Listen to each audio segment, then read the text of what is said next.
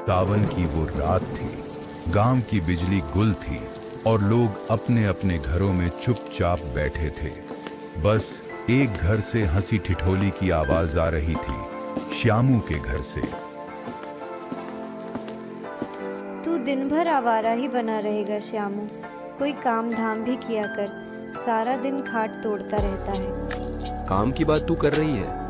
अबे सुबह से 4 किलो लकड़ी काट के लाया हूँ जंगल से। तेरा ये चूल्हा इसी से जल रहा है। तू रोटी बना, मैं आराम करूँ तो तुझे जलन क्यों हो रही है? तू लकड़ी काट के आया या पेड़ से लटक कर झूला झूल के आया, भगवान ही जाने। मुझे तो लगता है तू दिन भर भोला के साथ वो पीपल के पास बैठा रहता है। श्यामू को ये सुनकर गुस्सा आ जाता है और वो उठ के खड़ा हो जाता है और गुस्से से मुन्नी को बोलता है, अरे ओ, मैं और भोला कोई झाड़ फाड़ करने नहीं जाते वहाँ, बस बातें करते हैं। और वो पीपल, हाँ तू मानती है क्या वो कहानी कि वहाँ कोई औरत रहती है? मैं नहीं, पर दादी जरूर मानती थी। कहती थी कि बरसों पहले एक औरत ने पीपल के नीचे आत्महत्या की थी। तब से हर अमावस की रात वो वहीं मंडराती है। श्यामू खामोश हो जाता है। बाहर बारिश थम गई है और तभी दरवाजे पर दस्तक होती है। कोई दरवाजा खटखटाता है। कौन होगा इस वक्त? दरवाजे के बाहर भोला होता है। भोला के साथ एक छोटी बच्ची होती है। भोला कहता है, अरे श्यामू, मैं हूँ यार, जल्दी आके दरवाजा खोल, बाहर ही खड़ा रखेगा क्या हमें? श्यामू उठता है और दरवाजा खोलने जाता है। अबे भोला, ये कौन है तेरे साथ और तू इतना घबराया काहे है? गुड़िया है, ठाकुर साहब की बहन की लड़की। अब उनके घर कोई नहीं बचा, सब चले गए शहर। इसे अकेले छोड़ गए। मैं अपने साथ ले आया इसे। मेरे मन को शांति नहीं मिल रही थी। वो पेड़ कितना अच्छा लग रहा है। चलो ना वहाँ पर चलते हैं, सभी वहाँ बैठेंगे। बाहर एक बड़ा सा पेड़ था। वो वहाँ बैठने की जिद करने लगी तो श्यामू ने बोला कि चलो हम सब वही जाके बैठ जाते हैं। सभी उस पेड़ के पास आके बैठ गए। बेटा अब ठीक है। वैसे तुमको इस पेड़ में ऐसा क्या दिखा जो तुम यहाँ पर बैठने की जिद करने लगी? इससे अच्छा तो हम अंदर बैठ जाते। काली औरत आज फिर आई थी उसी पेड़ के नीचे, और वो अपने साथ किसी को लेके जाने की बात कर रही थी। तुम किस काली औरत की बात कर रही हो बच्ची? जो हर अमावस को किसी को साथ ले जाती है। आज वो देख रही थी मुझे। वो देखो, वो सामने पीपल के पेड़ के पास बैठी आवाज दे रही है। गुड़िया के कहने पर वो सभी पीपल की ओर देखते हैं। वहां उनको एक साया दिखाई देता है। वो साया देख के श्यामू, भोलू और मुन्नी घर की ओर भागते हैं, पर वो गुड़िया वहीं बैठी रहती है। अगले दिन गांव में चौपाल के पास धनी राम काका बैठे थे। श्यामू, भोला और मुन्नी दौड़ते हुए आए। काका, कल रात कुछ हुआ हमारे घर। वो बच्ची, वो कुछ देखती है, पीपल की कसम, जो बोली रोंगटे खड़े हो गए। तूने उसका चेहरा देखा श्यामू? जब वो काली औरत की बात कर रही थी तो उस बच्ची के चेहरे पर डर देखा था क्या? डर नहीं था काका, जैसे वो पहले से जानती थी कि वो औरत आ रही है।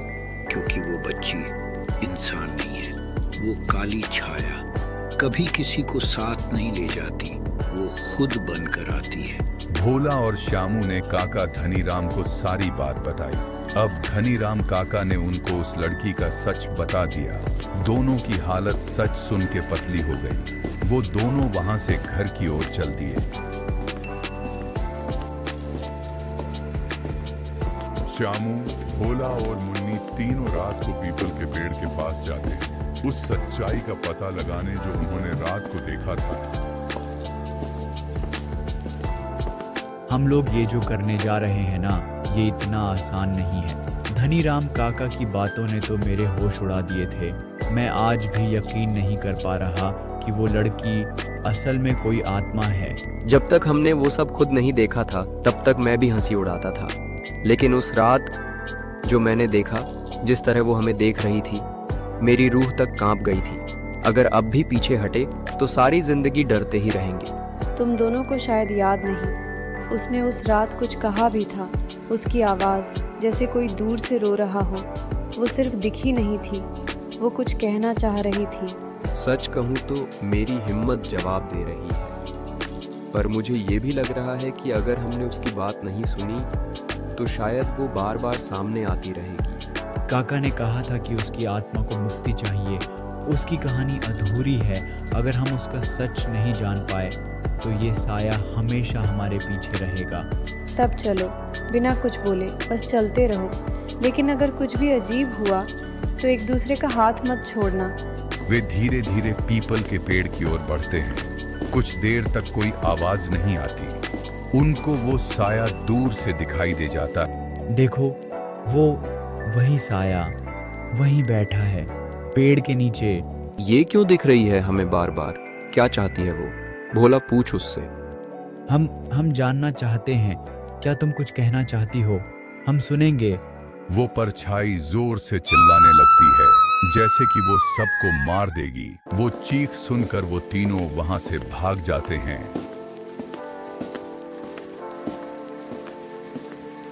वो अपने घर में वापस आ जाते हैं। वो देखते हैं सामने गुड़िया बैठी है और उनको अजीब से देख रही है। आखिरकार तुम लोग मेरे पास आ ही गए। अब तुम लोग मुझसे बचकर कहीं नहीं जा सकते। गुड़िया, ये तुम क्या कह रही हो? कैसी बहकी बहकी बातें कर रही हो? तुम ठीक तो हो? तुम्हें मैं गुड़िया लगती हूँ क्या? मैं वही हूँ जिसको तुम उस पेड़ के पास चीखते हुए छोड़ आए थे। अब तुम में से कोई नहीं बचेगा। वो वहां से भागकर धनीराम काका के पास जाते हैं। धनीराम काका उन लोगों को श्मशान में ले जाते हैं, जहां उसकी औरत की लाश को जलाने की बजाय कोने में दफना दिया गया था। काका, वो गुड़िया को कुछ हो गया है। वो बहकी बहकी बातें कर रही है। हमें बोल रही है अब हम नहीं बचेंगे। हमने तो उसको कुछ बोला भी नहीं। वो गुड़िया नहीं है, अब गुड़िया के शरीर में उसकी आत्मा बात कर रही है, जो बदले की भावना में भटक रही है। काका, बदला किस बात का? हमने तो कोई गलती नहीं की, तो वो कौन सी बात का बदला हमसे लेगी? काका, हम क्या करें? आप ही हमें बचा सकते हैं। तुम्हें उसे उस जगह ले जाना होगा जहां वो मरी थी। पीपल के नीचे का कुआं, वहीं उसका अंतिम संस्कार अधूरा रह गया था। वो अब तक अधूरी जलती रही है। तभी पीछे से गुड़िया आ जाती है और बोलती है, तुम मुझे यहाँ लाने की बात कर रहे थे। तुम्हारी इतनी हिम्मत, अब तुम में से कोई यहाँ से आज जिंदा वापस नहीं जा पाएगा। तुम इन बच्चों के पीछे क्यों पड़ी हो? क्या चाहिए तुमको? मुझे बताओ, मैं तुम्हारी मदद करूंगा। उसके बदले में तुम इन बच्चों को कोई नुकसान नहीं पहुंचाओगी। मुझे वो ठाकुर चाहिए जिसने मेरी ये हालत की थी और मेरा चेहरा, मेरी पहचान जला दी। वो ठाकुर अब नहीं रहा, पर उसका नाम, उसका खून अब भी रहता है इस गांव में। ठीक है, मैं ठाकुर के खून को तुम्हारे पास लेके आऊंगा। तब तक तुम इन बच्चों को कुछ नहीं करोगी। अगर तुम इस बात का वादा करती हो तो मैं उसे जरूर लाऊंगा। ठीक है, सुबह होने से पहले तुम अगर उसको ले आए तो मैं तुम सबको जाने दूंगी, वरना तुम सब कल का सूरज नहीं देख पाओगे। धनीराम सूरजपाल के पास जाता है और उसे अपने साथ चलने के लिए कहता है। सूरजपाल, तुमको अभी मेरे साथ चलना होगा। बच्चों की जान खतरे में है। वो आत्मा उनको मार डालेगी। काका, आप फिर किसी भूत की बात लेकर आ गए। सब झूठ है, सब भ्रम है।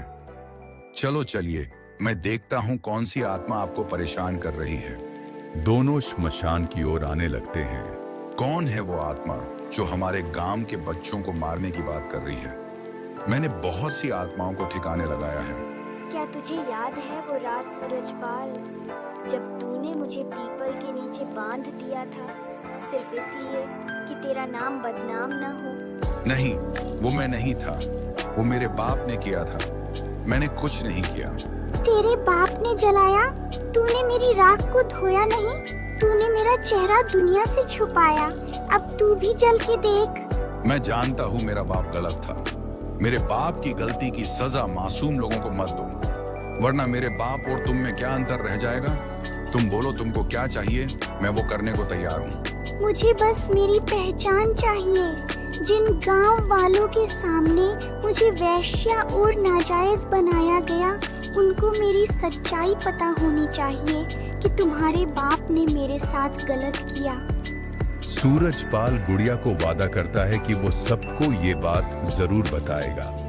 वो औरत की आत्मा को सूरजपाल की सच्चाई पर यकीन हुआ और उसने गुड़िया और सब्जी जान बख्श दी। जब उसने गुड़िया के शरीर को छोड़ा तो गुड़िया गिर गई। वादे के मुताबिक सूरजपाल ने गांव वालों को उस औरत और अपने बाप के बीच के संबंध के बारे में बताया और अपने बाप की गलती के बारे में खुलासा किया।